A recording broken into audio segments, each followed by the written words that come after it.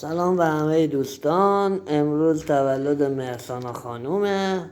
البته 5 ساله شده. من اشتباهی 6 رو گرفتم. شما 6 رو منهای 1 حساب کنین. مهرسانا جان الان 5 ساله شده.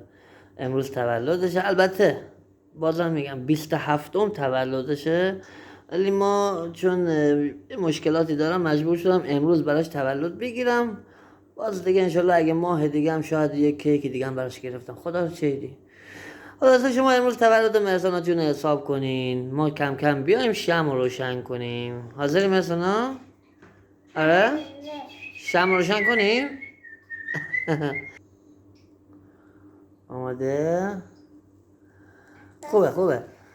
بسا تولد هنوز نه، بذار ما بخونیم بعد باید آرزو کنیم.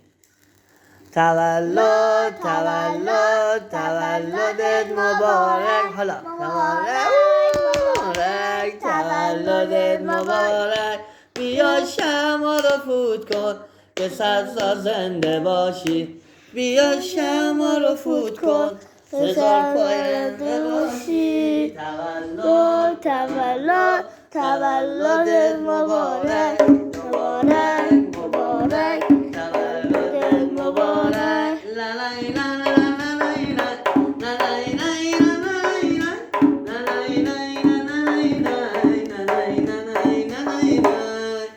تولد دخترم دست بزنیم پا بکوبین.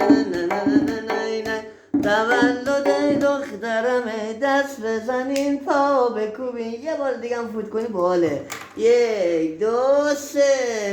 تولدت مبارک. تولدت مبارک. لا لا لا. دست بزنیم برای مهرسانا.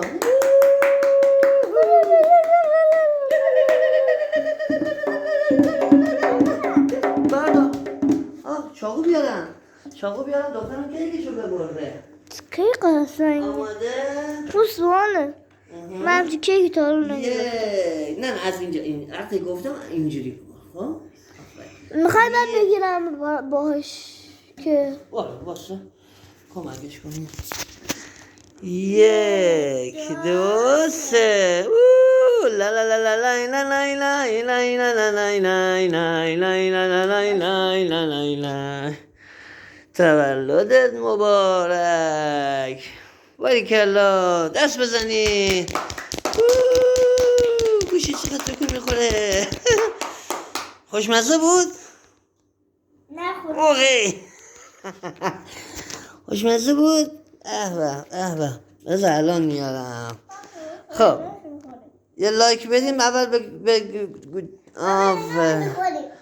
تا هم بعد اونو گوشاشو بعد بدبخت گوش دم کردی. نوش جونتون. اونا رو میخورین؟ گوشاشو خوردین؟ چرا دیگه چی میگن؟ فوندان همچی چیزیه. نه دیگه اونو دست نزن. بذارید چند تا عکس ازش بگیرم براتون، با خودتون عکستو بگیرم. اوکی. خوشمزه است؟ دوست دارین؟ نوش جونت. قربونتون بشم الهی. شما دوتا عشقایی. نمیخورم. یه جوریه. نمیخورم. چی شده؟ برای چی؟ پلاستیک میده. میگم دیگه مدلش هم اینجوریه. خب اونم مثل همینه بابا.